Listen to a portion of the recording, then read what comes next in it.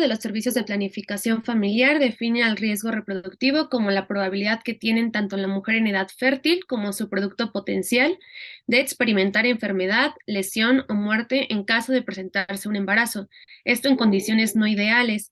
Y para saber qué condiciones son esas y qué factores la afectan, es necesario llevar a cabo una consulta preconcepcional que debe fomentarse para así promover la salud de la mujer y de su descendencia con el fin de permitir identificar estos factores de riesgo reproductivo que va a tener la paciente en el embarazo y para ello, pues llevar con medidas preventivas para poder evitarlos o si en dado caso los tenga, pues hacer algo al respecto antes de que se embarace. Es por eso que es muy importante la asistencia del personal de salud, para que así pueda identificar y aconsejar sobre los problemas existentes, y esto va a ser mediante la utilización de un semáforo de riesgo donde se van a evaluar todos estos factores y con ello pues va a situar a la mujer en las mejores condiciones de salud posible para embarazarse y planear de forma objetiva el momento más adecuado para su embarazo. Esto obviamente en condiciones ideales. Y bueno, bueno, la otra norma, que es la 007, que ya hemos estado viendo, recomienda que 3 meses antes del embarazo, toda mujer en edad reproductiva que desee embarazarse debe acudir, de preferencia acompañada de su pareja, si se puede, al establecimiento para la atención médica para poder recibir asesoría médica sobre el riesgo reproductivo. Ahorita vamos a ver cuál es este semáforo y qué factores pueden tener las mujeres para poder llevar un control de ellos. Y además de checar estos factores, es muy importante iniciar la suplementación de ácido fólico para prevenir defectos del tubo neural y continuar este tratamiento durante el embarazo. Esto sería más enfocado obviamente al bebé, pero en este caso vamos a ver los factores que tiene la madre. Ahora, para poder saber este tipo de factores va a ser necesario llevar un tamizaje de atención pregestacional, que en general son las intervenciones que van a permitir identificar y modificar estos riesgos que pueden ser biomédicos, conductuales y sociales de la salud de la mujer. Recordemos que no solamente pueden haber factores biológicos que pueden causar un riesgo para la mujer, también pueden haber factores económicos o sociales que pueden afectarla. Y ya una vez que los tenemos como ubicados, es necesario prevenir y manejar de forma integral todos estos factores para tener buenos resultados perinatales. Y como les coloqué en este esquema, se va a hacer este tamizaje, ya sea en consulta general o con una consulta especializada de las mujeres en edad reproductiva, para clasificar estos factores de riesgo y ya depender si tiene presente una enfermedad crónica orgánico-funcional, una enfermedad crónica infecciosa, antecedentes de morbilidad materna externa, factores sociales que ya les había mencionado de riesgo, o antecedentes obstétricos de riesgo si este no es su primer embarazo. Y pues también es importante, ya que esta es una consulta preconcepcional, saber si es usuaria de método anticonceptivo y ya de si es sí o si es no, pues mandarla a una consejería y si no, pues ver si desea un embarazo a corto o mediano plazo. Eso es muy importante porque si realmente se desea embarazar, tener en cuenta estos factores y ver si se puede hacer algo, si se recomienda el embarazo o no. Y pues todo esto con el objetivo de asegurar que la mujer obtenga el mejor estado de salud posible antes del inicio de la gestación, sería lo ideal. Y pues promover su salud y la salud de su futura descendencia. Es por ello que este tamizaje debe ocurrir antes del primer embarazo y si no se hizo por X razón, si no es en el primer embarazo, entre los embarazos consecutivos, pero lo ideal es llevarlo antes de todos los embarazos para poder estructurar estos tipos de factores que ya les había dicho, que son biomédicos, socioculturales y ambientales. Tenemos que tener a la mujer en una esfera social y no solamente en algo de salud. Estas tablitas vienen en la Secretaría de Salud y son las que se recomiendan para llevar a cabo este tamizaje y pues tienen como los datos principales que podemos ver en cualquier otra hoja de este tipo y igual tiene una ficha de identificación que es importante en todos los documentos y aquí se ve lo de los factores que se van a clasificar. De este lado tenemos patologías organofuncionales, que las importantes y más prevalentes podrían ser, por ejemplo, diabetes mellitus, hipertensión arterial crónica, obesidad, síndrome metabólico, alguna enfermedad cardíaca o alguna otra que pueda afectar pues todo, pues el embarazo en sí, una patología infecciosa crónica, que pues son las importantes, VIH, tuberculosis, SIDA, factores sociales de riesgo, que pues obviamente son muy importantes para el desarrollo del embarazo, que puede ser cualquier tipo de adicción, o violencia intrafamiliar, si se llega a presentar, y también si se llega a presentar eso, también se debe de hacer como un seguimiento, no solamente de algo que afecte directamente a la salud, también tenemos que ver otros factores de riesgo. Además de esto, pues obviamente factores más ginecológicos, como sería 2 o más cesáreas, 2 o más abortos, y ya también algún otro trastorno que tenga la paciente en este ámbito ginecológico u obstétrico. Y pues ver si es usuaria de algún método de planificación familiar o esterilidad, o si desea llevar a cabo uno. Como les mencioné, estos factores se ven antes de un embarazo, y también se ve si quiere el embarazo a corto, mediano plazo, y si lo es a largo plazo, por ejemplo, se puede ver si quiere usar algún método anticonceptivo antes de esto, y ver cuál es el más adecuado a nuestra paciente, como en la clase anterior que vimos, ver cuáles métodos anticonceptivos podría ser candidata. Y pues lo que les dije, cuándo quiere el embarazo.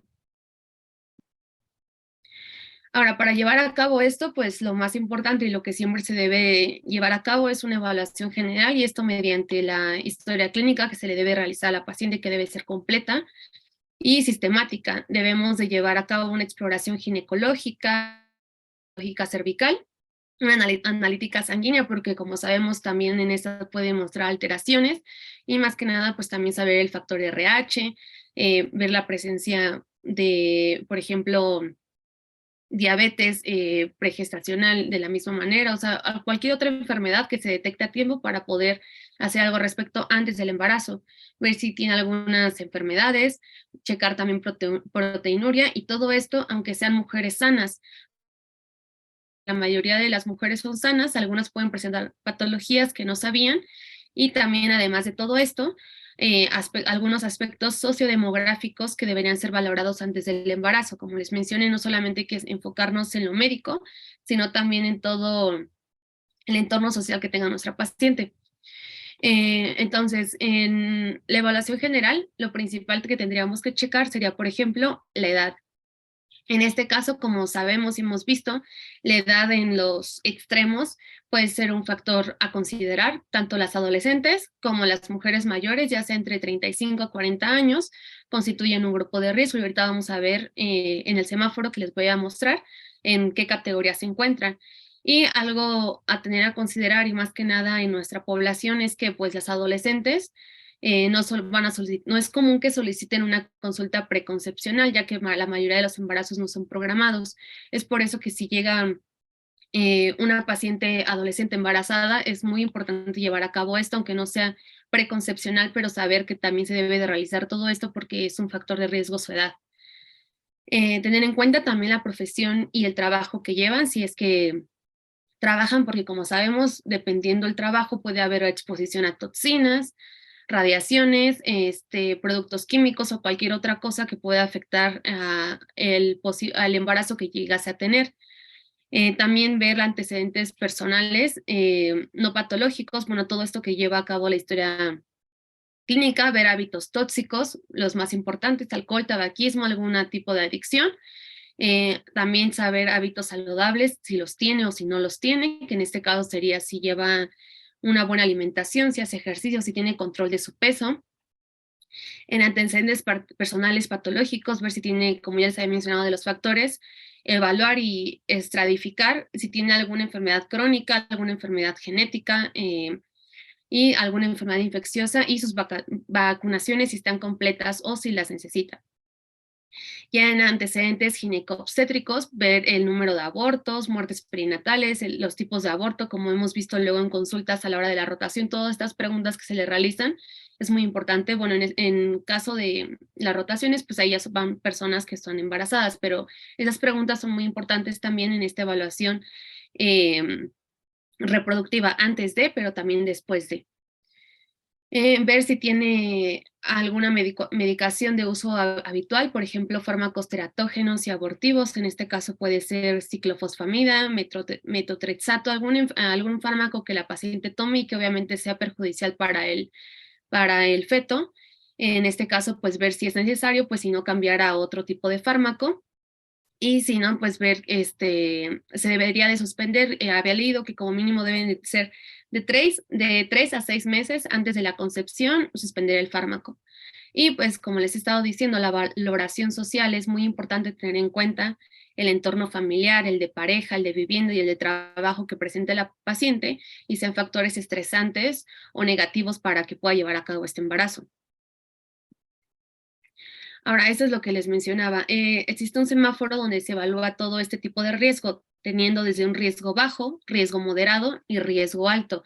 Dependiendo de los factores que evaluemos en la paciente, se va a aplicar este programa de riesgo reproductivo preconcepcional, que va a dirigir más que nada su acción a propiciar, informar, a dar información y orientación, educación y servicios a las parejas antes de que se embaracen.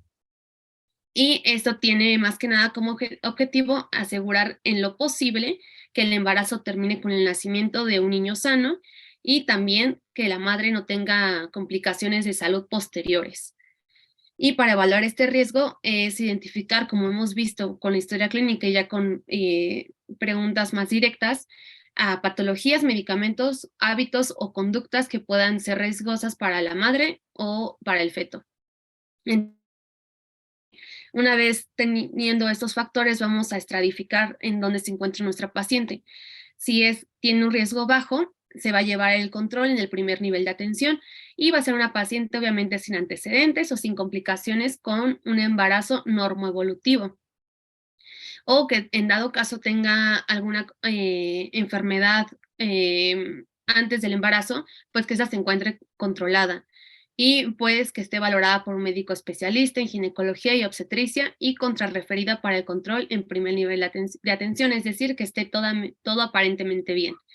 Después, el riesgo moderado pues ya va a requerir una observación estrecha y como les había mencionado, es evaluar la edad. Si se encuentra ya sea en adolescentes mayores, pues es un factor. También ver si son personas pues de baja talla, IMC, como les dije, todos los extremos son pues peligrosos, si es IMC muy bajo o muy alto. Aquí también, como les había dicho, también no solamente valoran esos factores, sino también los factores sociales que tiene la paciente, si soltera, separada, viuda, el nivel educativo que tiene, el nivel socioeconómico, y pues también los antecedentes, por ejemplo, madre o hermana con preeclampsia. Ya de ahí ver el riesgo alto y ya teniendo este tipo de riesgo ya sería un control por un especialista en segundo nivel o mayor. Y pues aquí ya sería igual la edad, pero es mucho menor, o sea, no solamente como en esos parámetros, ya se va a menor de 15 años y mayor de 40 años. La talla, pues aquí es mucho menor, igual el IMC es mucho menor de lo que se debería esperar, 17 o mucho mayor de 30. Igual aquí se ven los otros niveles, tanto en un nivel socioeconómico muy bajo, que es una paciente analfabeta o no habla en español, ya presentan enfermedades crónicas y antecedentes obstétricos ya como que más enfocados, en este caso preeclampsia, RH negativo, enfermedades de transmisión sexual y 2 o más de los siguientes, que serían todos estos, abortos consecutivos espontáneos, cesáreas previas, partos pretérmino y otros más que pueden poner en riesgo. Y bueno, aquí también se pone como en comparación 2 riesgos. Aquí de los que les he estado hablando, el riesgo reproductivo, como les dije en la definición, son antecedentes previos al embarazo, pero teniendo también este tipo de riesgo viene como de la mano del riesgo obstétrico, ya que si una paciente tiene estos tipos de riesgo va a generar este riesgo que son las complicaciones durante el embarazo actual. Obviamente si una mujer no está realmente sana o está en estos 2 riesgos, si se embaraza y no se lleva un control, pues va a tener un riesgo obstétrico que va a poner ya en riesgo su vida o la del bebé ya estando embarazada. Y pues ya en este caso me van a entrar como otros tipos de factores que pueden también propiciar ese tipo de riesgo y que nos podrían dar, por ejemplo, ya complicaciones en el embarazo, como lo son anemia, placenta previa, no sé, por ejemplo, que presente diabetes, que tenga tabaquismo, toxicomanías activas, también van a desencadenar un riesgo ya en el embarazo actual. Y no sé, aumento de peso, o sea, todos estos factores también nos van a desencadenar ya algo en el embarazo. Y también hay que tener presente los datos de alarma, que ya van a hacer que tengan, bueno, como lo hemos visto, que tenga ya hipertensión, hemorragia, dolor abdominal intenso, ya síntomas más que nada neurológicos. Entonces, pues ya en ese caso ya va a ser, pero en el embarazo. Entonces hay que tener muy bien claro, bueno, ya hay que tener clara esta diferencia. Riesgo reproductivo es antes del embarazo. Riesgo obstétrico es durante el embarazo. Y bueno, este concepto que les mencioné de alto riesgo en obstetricia, que son riesgo obstétrico, se define como cualquier patología médica, obstétrica o circunstancia sociodemográfica que durante el embarazo, parto y porperio puede ocasionar un aumento en la morbimortalidad tanto de materna como fetal. Y pues ya teniendo esto en cuenta, también se va a clasificar como la anterior clasificación, que va a ser de bajo riesgo, riesgo moderado o gestaciones de alto riesgo. Y hay que tener en cuenta, también teniendo esto de riesgo reproductivo, aunque sea de bajo riesgo, siempre va a haber presente un riesgo, aunque no tenga complicaciones en ese momento hay que ponerle en bajo riesgo, no que no tenga nada, sino que es un bajo riesgo ya que esto puede subir a un mayor riesgo, pero siempre, bueno, siempre una mujer embarazada puede tener algún tipo de riesgo. Y bueno, ya factores más específicos de un embarazo de alto riesgo están en esta imagen, que ya son más encaminados a una enfermedad. Por ejemplo, las más importantes y que ya hemos visto, diabetes gestacional, y bueno, esas no las hemos visto, pero también son muy importantes, hipotiroidismo e hipertiroidismo, hipertensión, hipotiroidismo, hipertiroidismo e hipertensión. Y bueno, aquí son los factores que nos podrían dar el desarrollo de esas enfermedades, ya los hemos visto. Aquí están como que más resumidos, igual para que después lo chequen, pero son los mismos que ya hemos visto y que también se encuentran en la tabla del semáforo. Ahora, ya teniendo esto en cuenta, también hay que tener muy presente que pueden presentarse patologías que desencadenen o que ya le presentes la paciente y que tienen que haber un cierto control. Por ejemplo, los estados hipertensivos del embarazo y especialmente la preeclampsia que ya hemos estado viendo, que constituyen a la causa principal de mortalidad materna y perinatal, y hay que tener en consideración dos situaciones: las mujeres hipertensas, o sea, que ya están hipertensas pero quieren un embarazo, o las mujeres con riesgo de desarrollar hipertensión en el embarazo. Y pues como también vimos en la hipertensión, cuando tienen hipertensión crónica, es decir, desde antes, el tratamiento con YECA se va a modificar por otros medicamentos, ya sea la betalol o alfametildopa, antes de la concepción, porque pues los otros son perjudiciales. Y tener estas enfermedades, bueno, esta enfermedad más que nada va a tener, como ya vimos, una repercusión a nivel materno y a nivel fetal, que puede pues desencadenar un mal embarazo. Es por eso que esta evaluación preconcepcional es importante. Si es una mujer hipertensa, mantenerla con control si es que quiere un embarazo, y si no, pues ver si tiene los factores durante el embarazo. También otra parte importante sería que igual ya hemos visto la primera, que es la diabetes mellitus. Como sabemos, pues se realiza mediante el test de O'Sullivan y bueno, con otros parámetros para su diagnóstico. Y en este caso se va a valorar comorbilidades y patologías asociadas. Obviamente, si bien estamos buscando eso, también hay que ver si hay otra enfermedad presente. Lo ideal es mantener cifras de hemoglobina glucosilada menor a 6% antes de quedar gestantes, porque como hemos visto, todas estas son antes de estar embarazadas. Los cuidados que debemos de tener si es que después se quiere quedar gestante. Y también intensificar la frecuencia de autocontroles glucémicos e instaurar tratamiento con insulina. Además de lo farmacológico, es importante mantener un soporte nutricional, enfermedad antes del embarazo. En este caso, no tratado, presentan ciclos entonces se ha asociado a un incremento de mortalidad perinatal, es decir, en general no pueden quedar gestantes, pero en dado caso, pues tienen más riesgo de tener alguna enfermedad para el feto, por ejemplo, pérdida fetal, parto pretérmino, desprendimiento de placenta, que tenga un bajo peso al nacer. Y pues también había leído que se vincula esta enfermedad a un mayor riesgo de alteraciones del desarrollo neurológico en el feto. Es por eso que se recomienda un cribado de disfunción tiroidea preconcepcionalmente o en la primera consulta del embarazo, si es que ya se está embarazada y en la primera se tiene esta enfermedad, hay que tener un control. Y también ver si tiene factores de riesgo de desarrollarla, pues llevar el control. El tratamiento se aconseja con levotiroxina y debe permitir alcanzar los niveles normales de TSH menor a 2.5 miliunidades por litro. Entonces, pues obviamente todas estas enfermedades, aunque se presenten, pues se tienen que tener un control. Por último, tenemos el hipertiroidismo subclínico y también el hipertiroidismo gestional, que este último se puede, bueno, se presenta, pero es transitorio. Se presenta en la primera mitad del embarazo por efecto de la hormona gonadotrópica y pues esto es transitorio y se puede quitar. Y al igual que el subclínico, pues no presenta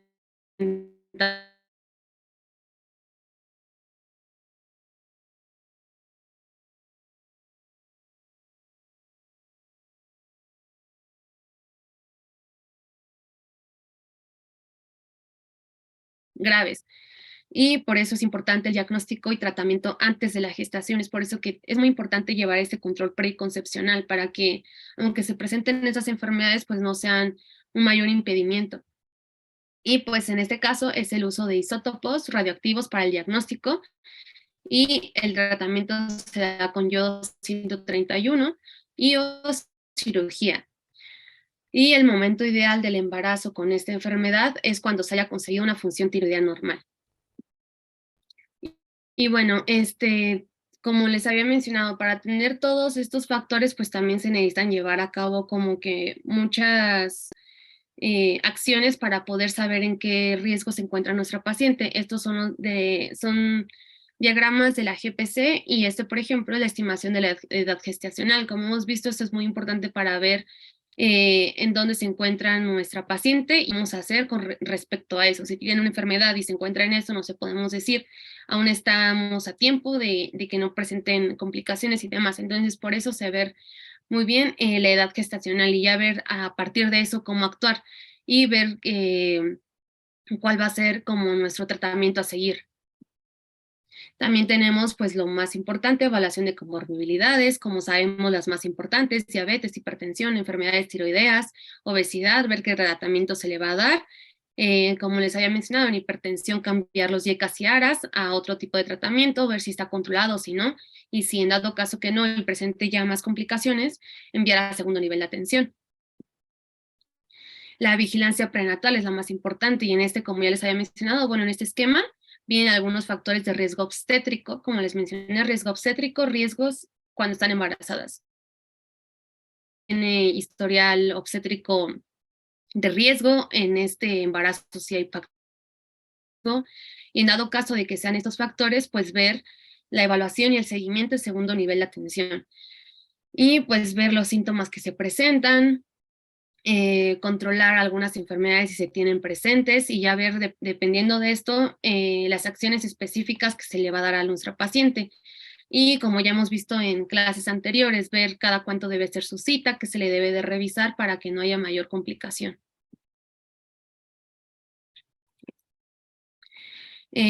Bueno, esto pues ya lo hemos visto, lo de la diabetes, igual ver el diagnóstico, si ya se presenta, mantener los controles, ver qué más se le puede hacer para que no tenga un riesgo tanto el feto como la madre, ver en qué semana se encuentran, el tratamiento que se le puede dar, cuáles son sus resultados y demás, pues ver el seguimiento más que nada. Los trastornos hipertensivos, lo mismo, ver si se tiene control o si no se tiene, si ya se tenía un diagnóstico previo, ¿no? Ver si hay factores que puedan desencadenar mayor riesgo, monitorear la presión, determinar, por ejemplo, las proteínas en orina, ver qué intervenciones se le puede dar y qué tratamiento es adecuado a nuestra paciente.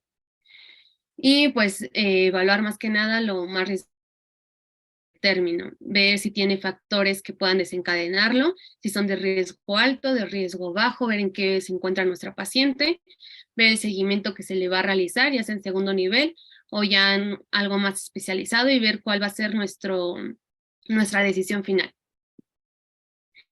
Y bueno, este cuadrito viene igual en la GPC y es la sugerencia de control prenatal, que es ya sea tamizaje e intervenciones. Obviamente todo esto es lo ideal. Recordemos que la norma 007 nos indica que llevemos una consulta mínimo, una consulta preconcepcional, 5 consultas prenatales, llevar a cabo estudios de laboratorio prenatales, pues los generales, y los estudios de ultrasonido. Entonces, en esta, pues, se pone acorde qué se debería de hacer en cada visita en tantas semanas, todas las pruebas de laboratorio que se le debe de dar, qué se le debe de aconsejar a la paciente, y obstétrica, es decir, ya durante el embarazo, en que tiene que tener cuidado para ver si escala en el factor de riesgo que presenta o si no, pues darle un seguimiento adecuado. Y bueno, también venía esta estratificación de factores de riesgo. Como les dije, los factores se van a clasificar en diferentes aspectos socioeconómicos, obstétricos previos, de los hábitos y estilo de vida cotidianos de nuestra paciente, y en este caso ya teniendo en cuenta el embarazo actual. Ya serían como más factores obstétricos, porque pues ya se tiene en cuenta en este caso que ya está embarazada. Entonces también en este caso se deben de checar el embarazo, pero también los otros factores. Y bueno, esta tablita, pues como sabemos, la altura uterina es muy importante para ver si puede tener riesgo de tener bueno, un problema de crecimiento el feto. Y pues aquí están los valores esperados en las semanas de gestación con la altura uterina, que también es hay que tener en cuenta. Y eso sería todo. No sé si tengan alguna duda.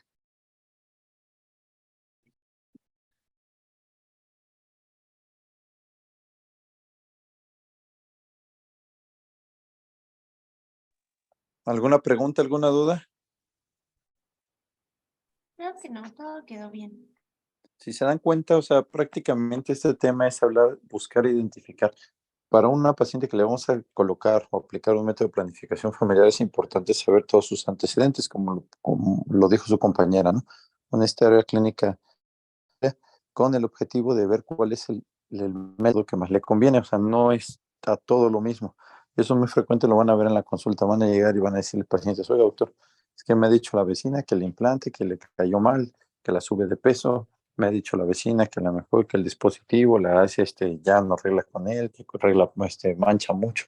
Entonces, en fin de cuentas, lo que decía la vez pasada es de que cada método de planificación familiar actúa a pesar de que existe una generalidad y está estudiado y ya está comprobado, pero en cada paciente el efecto secundario lo va a hacer de forma diversa.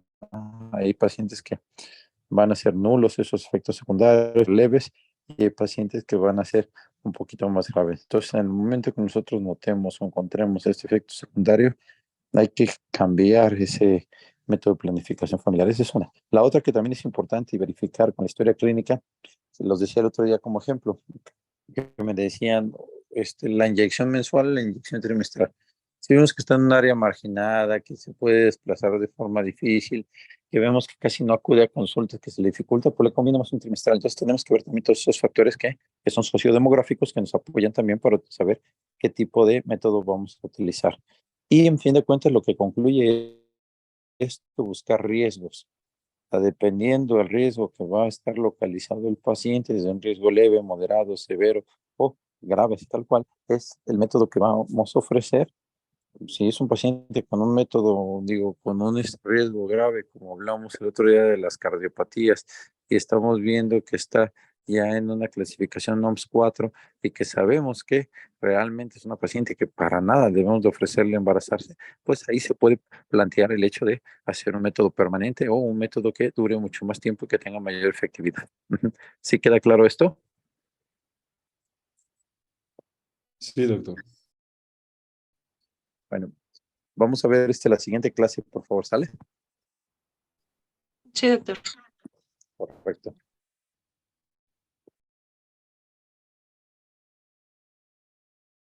Vale, creo que ahí ya lo ven, ¿no?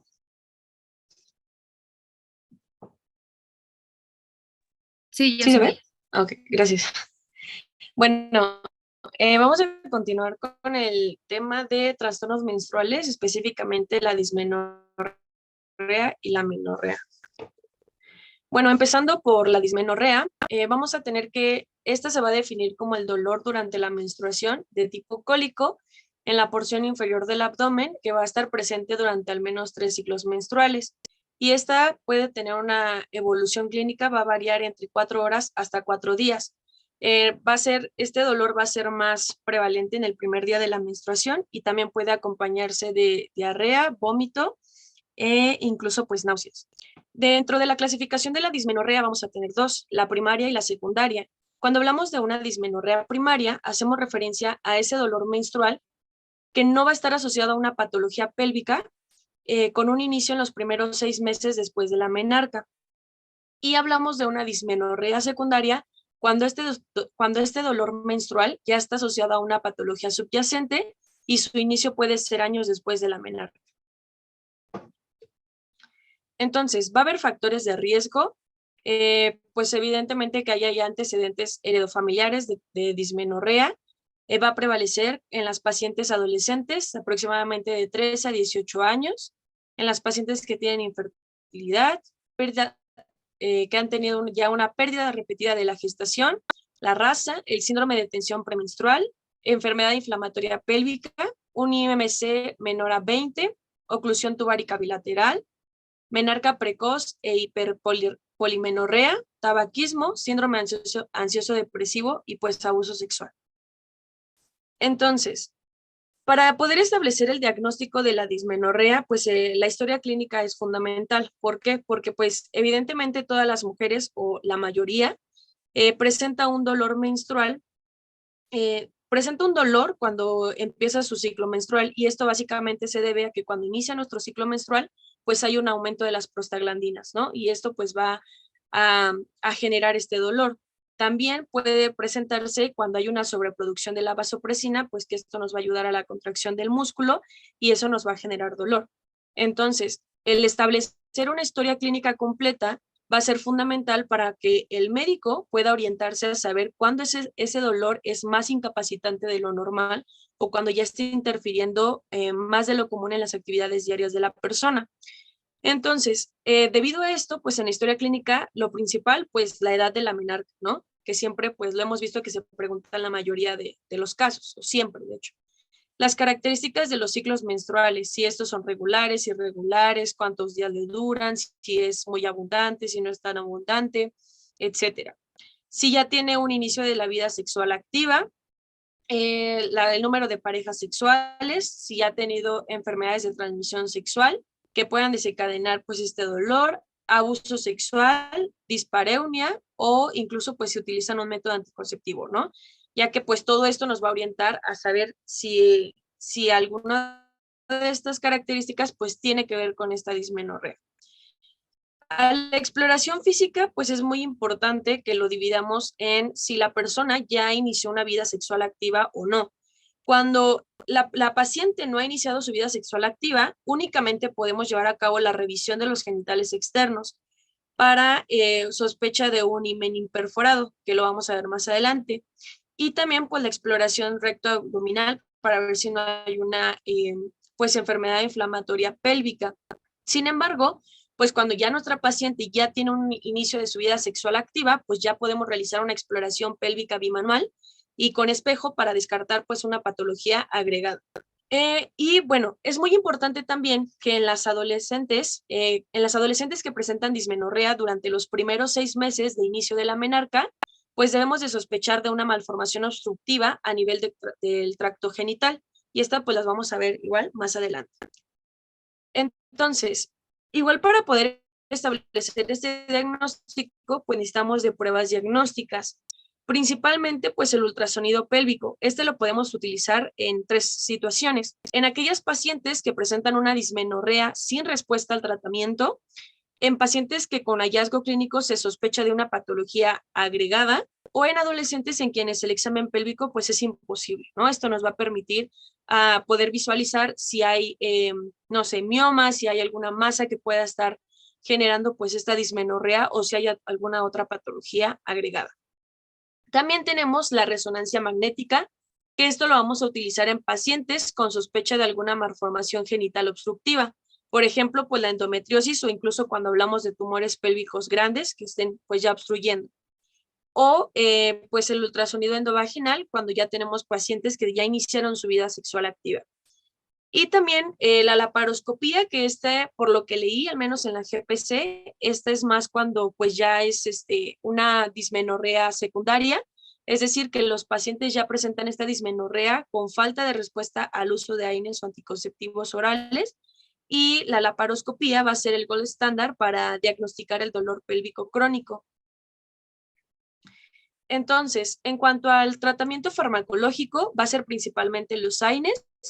Cuando hablamos de una dismenorrea leve, lo indicado pues es mandar AINES o incluso pues analgésicos como pues el ibuprofeno, el paracetamol. AINES también, aparte de aliviar el dolor, nos van a reducir un poco el flujo menstrual. Y se debe de tomar 2 a 3 días antes del ciclo menstrual y también 2 a 3 días después del inicio del ciclo. Contrario a esto, pues en los analgésicos o los antiespasmódicos van a estar indicados para una dismenorrea leve, como el paracetamol o el ibuprofeno, que ya les había mencionado, y principalmente pues van a ser utilizados en una dismenorrea primaria. Cuando hablamos ya de anticonceptivos orales, hacemos referencia al uso de progestinas, de danazol o de agonistas de la hormona estimulante de la GnRH. Estos recordemos que pues, nos van a suprimir la ovulación y también van a restringir el crecimiento endometrial. Entonces, pues evidentemente todo esto nos va a ayudar a aliviar el dolor. También podemos colocar un DIU con carga hormonal gestagénica, que pues esto una vez lo vimos en la consulta, justo una paciente que llegó con dismenorrea y le aplicaron el DIU y le daban pues la revisión de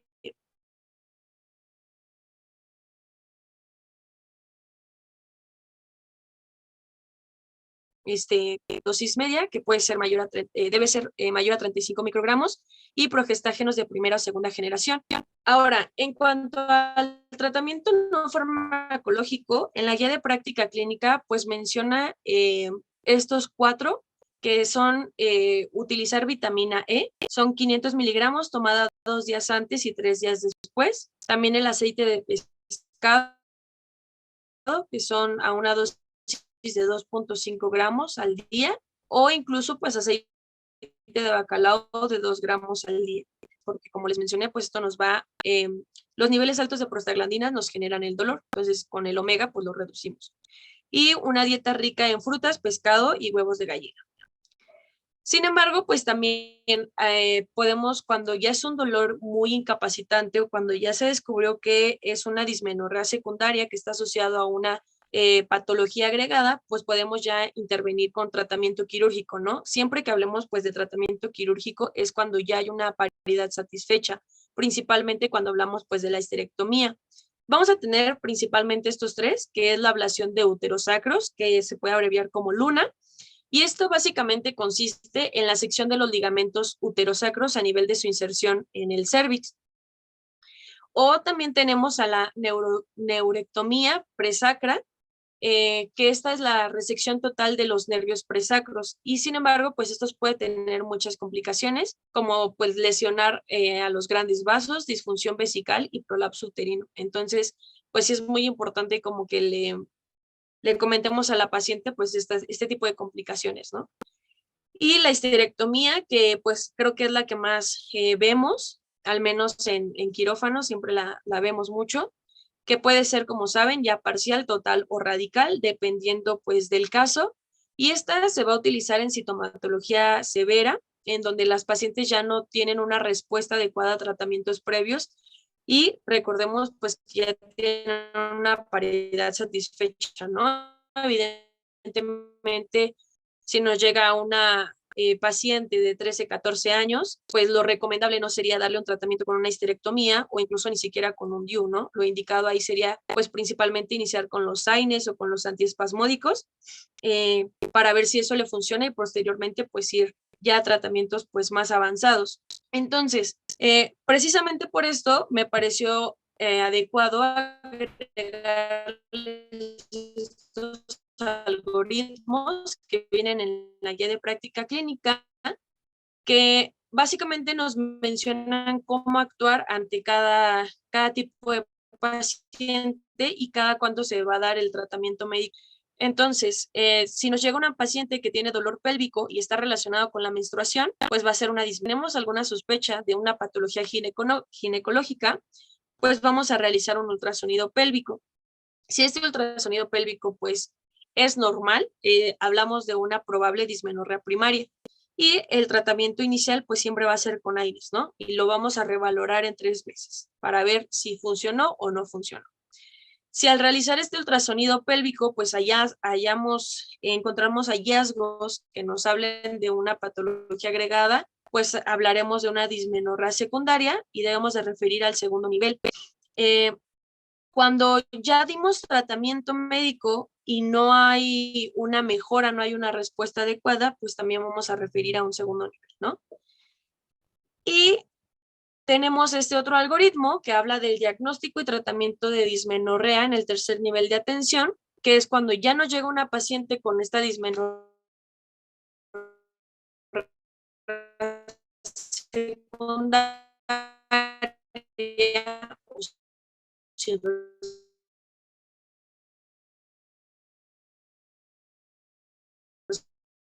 respuesta al tratamiento, ya le realizamos la historia clínica y si paroscopía, dismenorrea primaria, como los que les mencioné. Si hay buena respuesta, pues ya damos la alta. Si no hay una buena respuesta, agregamos tratamiento médico como los AINES o los anticonceptivos orales. Y revaloramos en 3 meses. Si no hay una buena respuesta, ya podemos agregar inhibidores de los COX o de los COX más anticonceptivos o incluso ya recomendar un diumirena.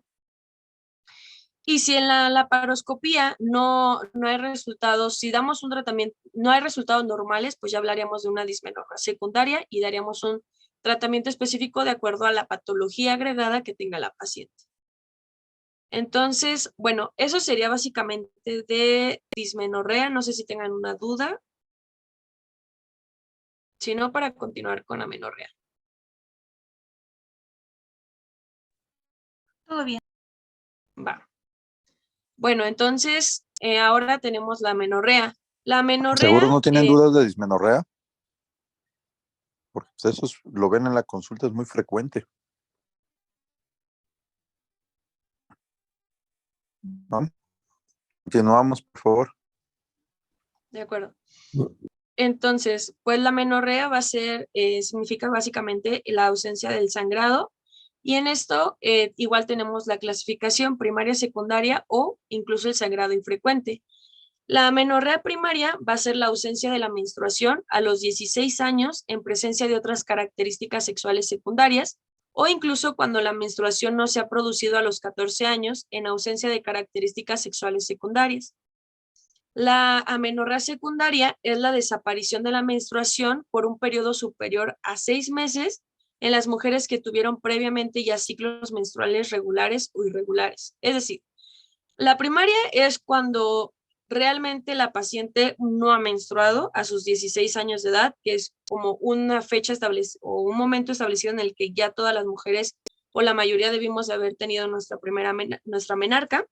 Y la secundaria es cuando ya teníamos nuestra menstruación, nuestros ciclos, pero después ya hay una alteración en estos ciclos y ya no tenemos la menstruación.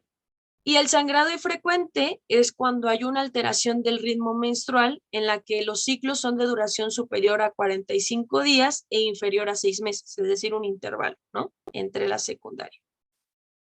Entonces, dentro de las causas de amenorrea, la verdad es que hay muchísimas, tanto para la primaria como la secundaria.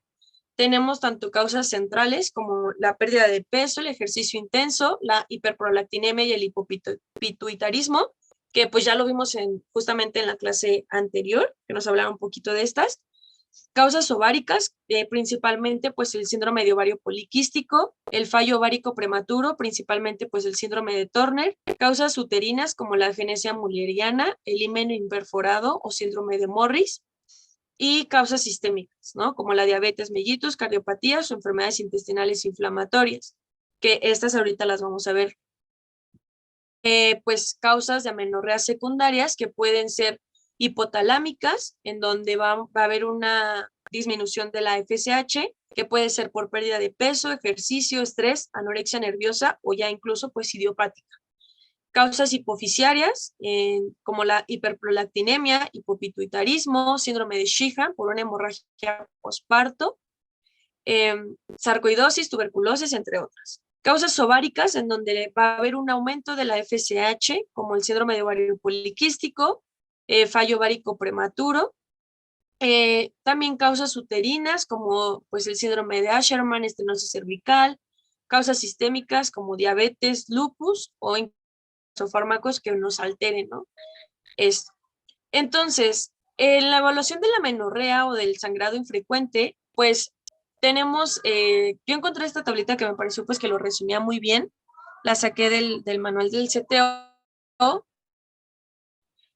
en donde pues vienen principalmente estos síndromes, y estos síndromes, pues aquí en esta tablita vemos el fenotipo, hacia quién va a estar, sí, el fenotipo que va a tener, si hay un desarrollo mamario o no hay un desarrollo mamario, cómo está la vagina, que puede estar, por ejemplo, en el Rokitansky, está no hay vagina o puede estar esta hipoplásica, ¿no?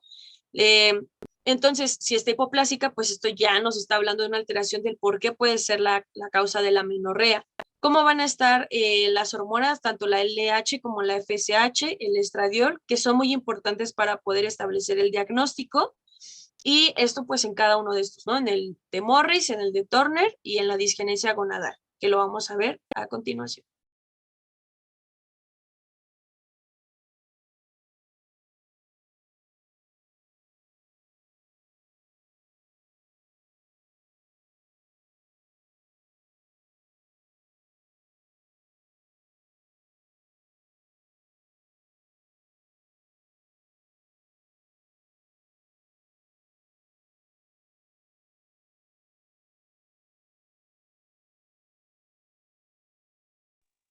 Se quedó congelada la pantalla.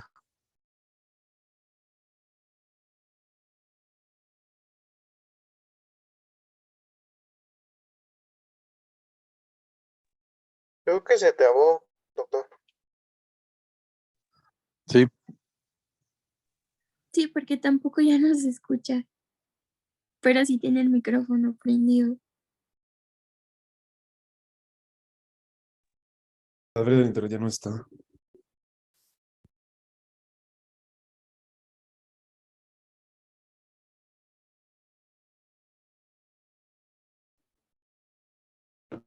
Perdón, creo que me falló, me sacó Zoom, entonces continúo. Bueno, no sé específicamente en qué parte me quedé, pero retomaré.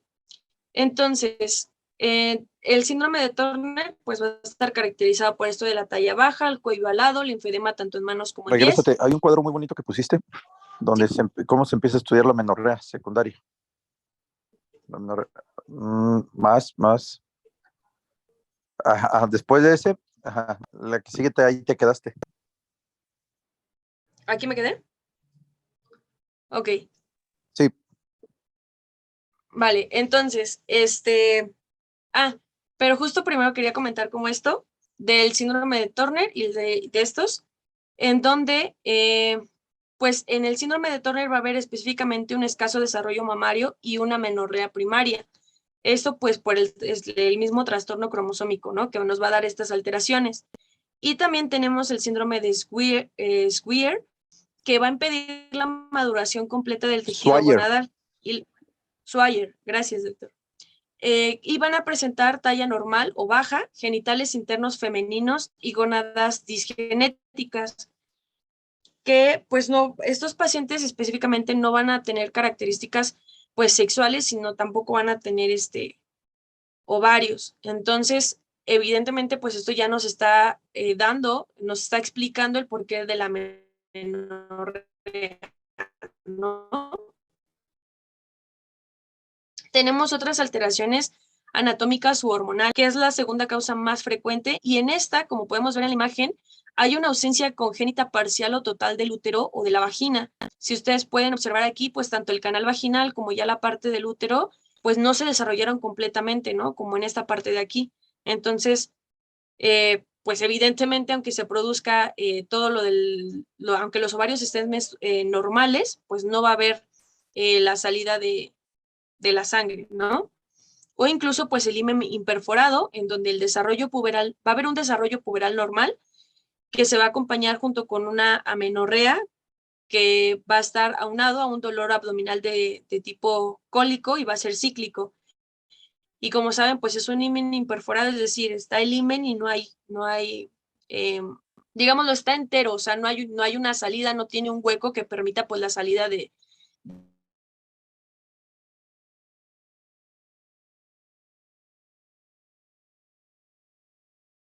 del sangénica completo. Sin embargo, la testosterona no se va a unir adecuadamente al receptor y pues genera el síndrome pues de Morris, que va a tener características pues de mujer. Entonces es una insensibilidad completa del órgano diana a los andrógenos y está la secreción del factor inhibidor mulleriano, que va a generar una ausencia del útero y de la vagina. Y va a haber la presencia de testículos en localización variable. Entonces, una vez con esto, ahora sí, para la evaluación de la menorrea y del sangrado infrecuente, como ya había mencionado, pues es muy importante nuevamente hacerle una anamnesis detallada y una exploración física adecuada que nos permita pues orientarnos hacia un diagnóstico adecuado. Que también es muy importante cuando nos llega una paciente con amenorrea, pues realizar una prueba de embarazo, ¿no? ¿Por qué? Porque muchas veces a lo mejor podemos estar sospechando ya de muchas cosas patológicas, cuando a lo mejor es que la paciente está embarazada y no sabía o no se había dado cuenta, ¿no?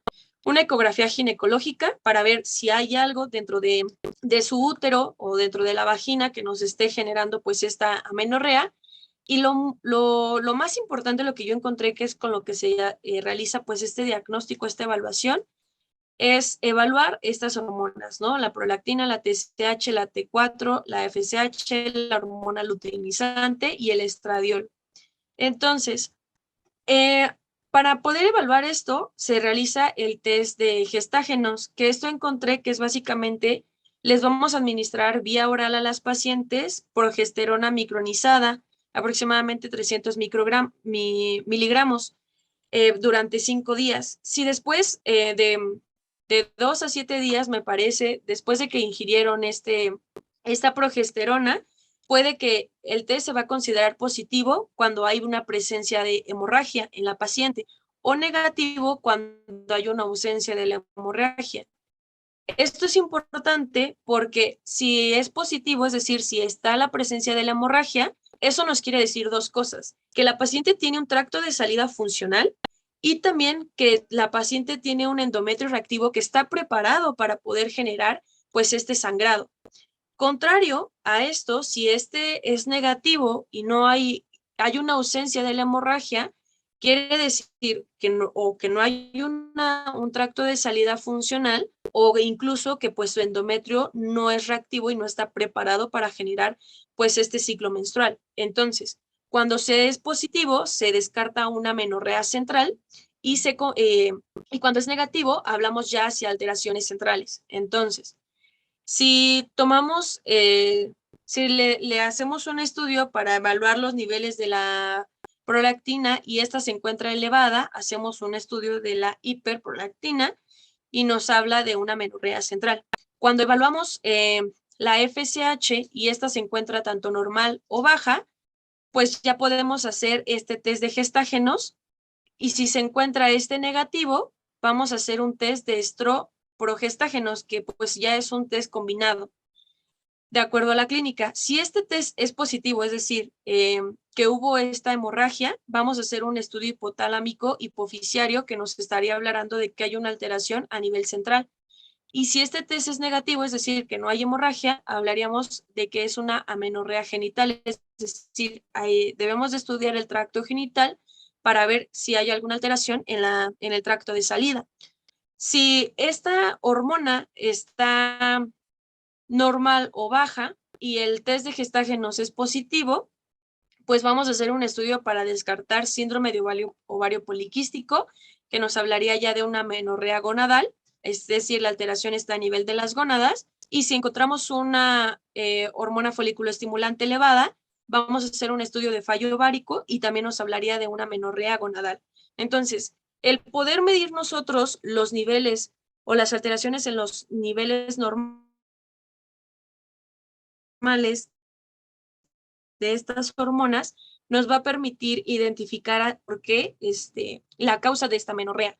Entonces, se dice también que las anomalías del tracto genital inferior a nivel de la vagina o de la vulva, el endometrio puede ser mayor a 5 milímetros. Si este es menor, pues ya también nos puede orientar ya hacia dónde está la falla.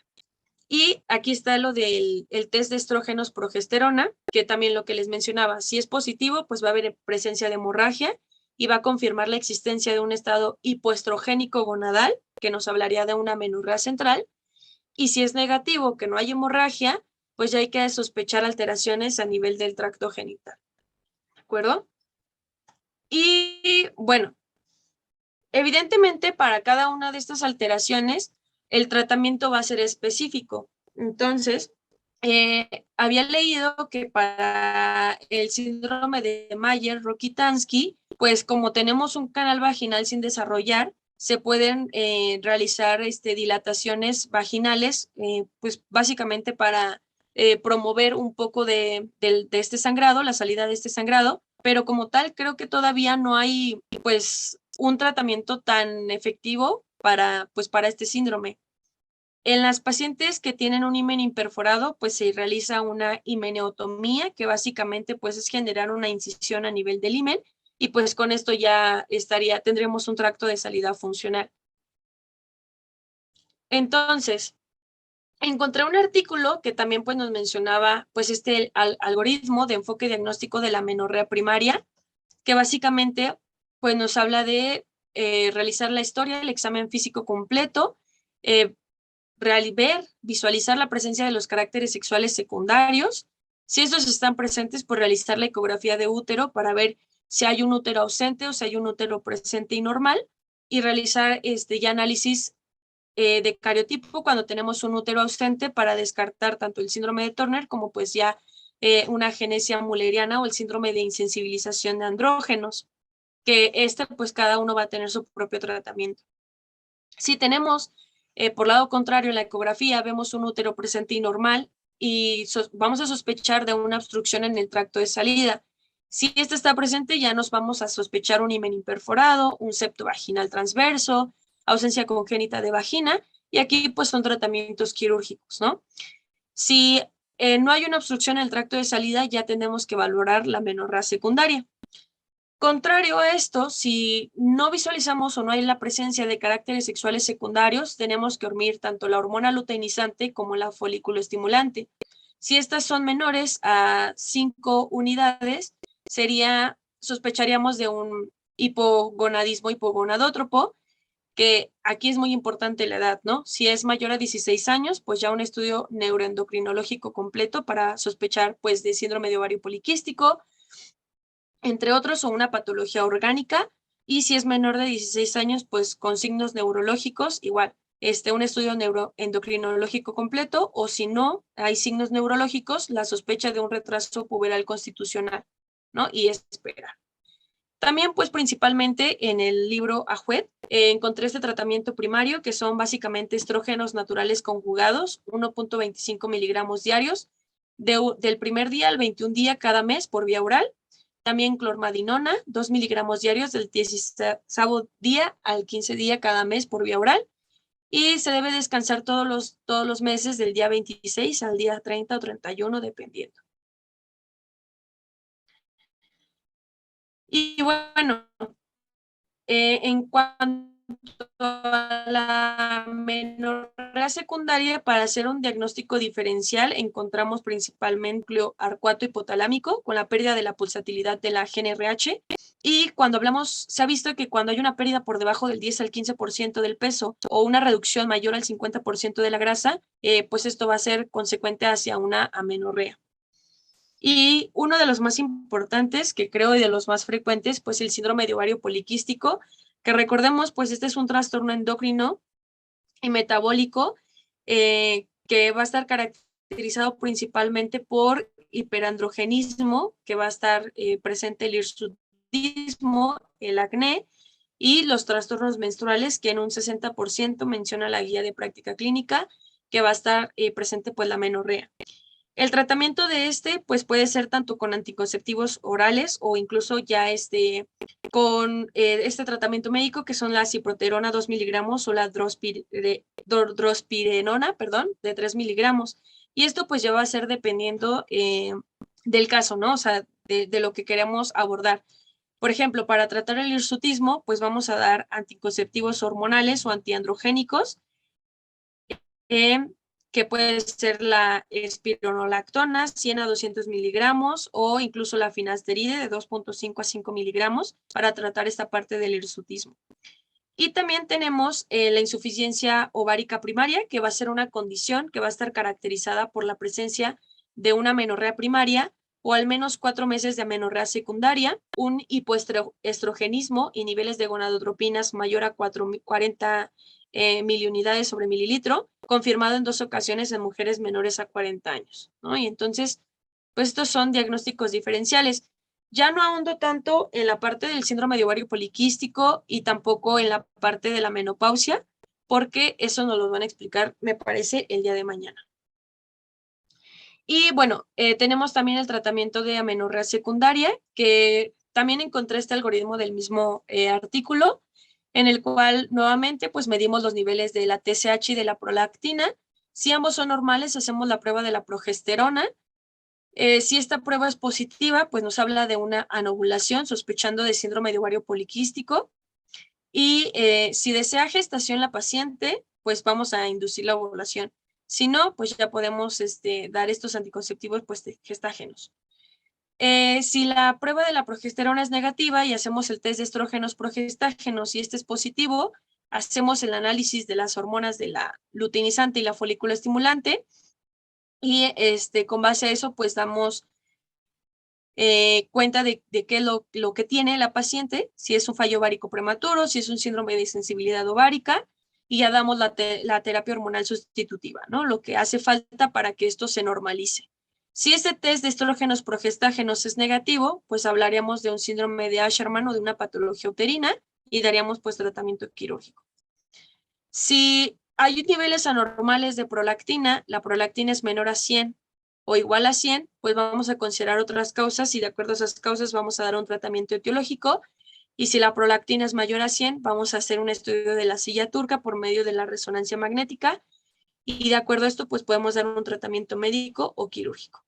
Y también encontré pues principalmente pues estos tratamientos, el progestágeno cíclico como la clormadinona, 2 miligramos al día o medroxiprogesterona, perdón, si la prueba terapéutica fue positiva durante 10 días cada mes. Para frenar las manifestaciones clínicas de hiperandrogenismo, pues la combinación del estrógeno antiandrógeno y cualquier compuesto de tipo anticonceptivo. Esto básicamente pues es un tratamiento, cuando hablamos de amenorrea secundaria, pues depende mucho de la causa que nos esté generando esta amenorrea secundaria. Entonces, el tratamiento va a ir encaminado y va a ser específico para esa causa. Y creo que eso sería todo. No sé si tengan alguna duda.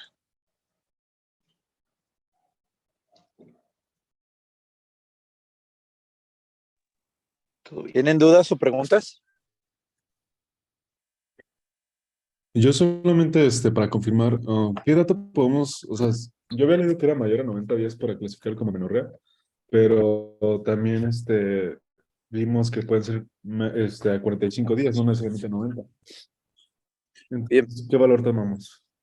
Anteriormente se hablaba y si ven ustedes allá ya que es entre 45 y 90 días, tentativamente, ¿no? O sea, el promedio. Sí, sí está bien también con 90 días. Cuando se considera primaria es de que después de los 16 años, si ya hay caracteres sexuales y no arreglado, esa es una. Cuando es secundaria es cuando ya arregló en algún momento dado, pasaron más de 90 días y no viene la regla, tal cual estrictamente son los 90 días, porque antes se decía que se conocía como proyo menorrea, ¿no? Entonces, o se puede considerar como retraso menstrual, pero tal cual, amenorrea, pues es pasando estos 90 días. Gracias. ¿Alguien más? Doctor, yo tengo una pregunta. O sea, ¿qué complicaciones se puede dar de una paciente que a lo mejor pues tarde tanto tiempo en ir a consulta por su amenorrea? Porque el otro día en consulta una chica dijo que llevaba pues más de un año con esta amenorrea, ¿no? Y que pues no había ido a consulta porque pues no se sentía mal y pues ella mejor, ¿no? Feliz que no arreglara. Entonces, ¿qué complicaciones?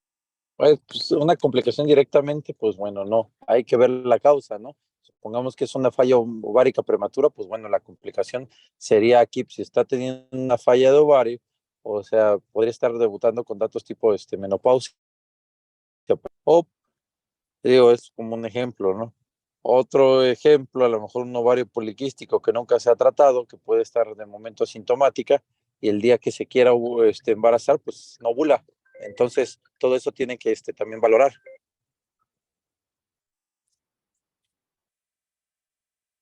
Ok, gracias, doctor. De nada. ¿Alguien más? ¿No? Los cuadritos aquí son muy importantes, porque sobre todo cuando tenemos, pues bueno, amenorrea secundaria, lo primero que siempre debemos de pensar es en embarazo. Entonces, siempre de inicio un test para descartar embarazo. Amenorrea primaria, pues ahí tiene que ser una exploración amplia, ¿no? Porque ya vimos que hay varios síndromes, ¿no? Tenemos un síndrome Swyer, tenemos un síndrome de Turner, Klinefelter, etcétera, y pues bueno, nos pueden dar todos estos probabilidades de que llega la paciente, tal cual tenemos síndrome de Morris también. Entonces, lo primero pues, es una exploración física completa. Hay que pedir un perfil hormonal completo para ver cómo está el estradiol, cómo está la progesterona. Se recomienda que si vamos a pedir un perfil hormonal, el perfil hormonal lo pidamos entre el día 3 al 5 de la regla. Y ahora me van a preguntar, doctor, si viene porque no está arreglando, ¿cómo vamos a saber? Pues bueno, ahí sí se toma aleatoriamente. Cuando sí reglan y que en algún momento dado hay un descontrol, lo queremos tener un perfil hormonal, lo ideal es 3 a 5 para agarrarlo en forma basal. Pero pues bueno, si llega en esta causa porque no está arreglando, pues aleatoriamente no importa, se va a tomar. Se considera que una progesterona menor de 10 y una hormona antimuleriana que también la vemos baja es de que esa paciente no está ovulando. Entonces, ahí hay que ver por qué no está ovulando y pues ayudarla, ¿no? Que ovule. El otro es un perfil tiroideo. El hipotiroidismo se asocia mucho también a la ovulación.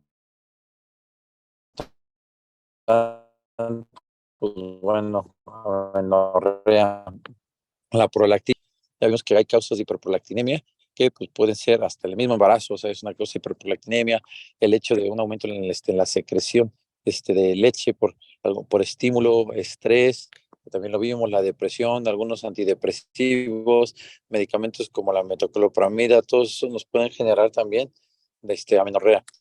Entonces, vemos todo eso, hacemos nuestro perfil ginecológico, nuestro perfil tiroideo y también, pues bueno, aunado a todo esto, hay que pedirle hormonas como androstenediona, para ver también las pruebas suprarrenales que también se llegan a acompañar con todo esto. No sé si tengan aquí alguna duda, alguna pregunta. Un ultrasonido también es importante para ver las características del ovario, del útero, el tamaño del útero, porque pues puede ser que sea un útero hipoplásico y de ahí ya podemos pensar en un síndrome de Rokitansky. Valorar labios, valorar el Tanner que tenga la paciente, sus caracteres sexuales secundarios. Acuérdense que lo primero que aparece va a ser la telarca y de ahí pues bueno ya se considera que después de la telarca más tarde en aparecer los demás caracteres sexuales secundarios. Entonces todo esto pues, es importante evaluarlo.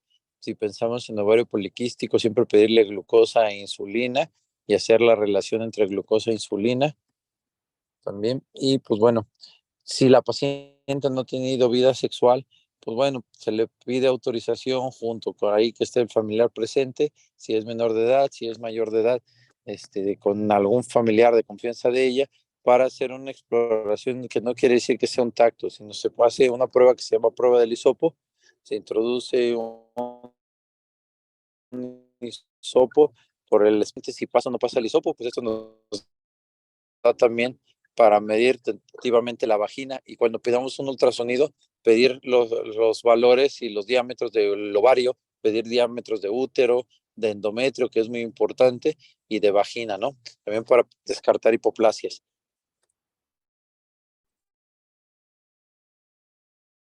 No, pues bueno, ya vimos que nuestro test de embarazo salió negativo, pues podemos hacer inicialmente, como lo comentaban, un test de la progesterona, ¿no? O sea, darle unos 10 días completos de progesterona, cortamos para ver si regla. Si llega a arreglar, pues estamos viendo que el ovario está respondiendo bien, pero ahí a lo mejor la falla es un poquito más hacia nivel del endometrio, que hay que estimularlo un poquito. La menorrea, la verdad, cuando si leen el tema a fondo, es un tema que tiene mucho endocrino, un tema bonito, o sea, la verdad es de que para entenderle sí hay que darle 3, 4 leídas, pero pues vale la pena, la verdad está muy bonito el tema. No sé si tengan alguna otra pregunta o duda.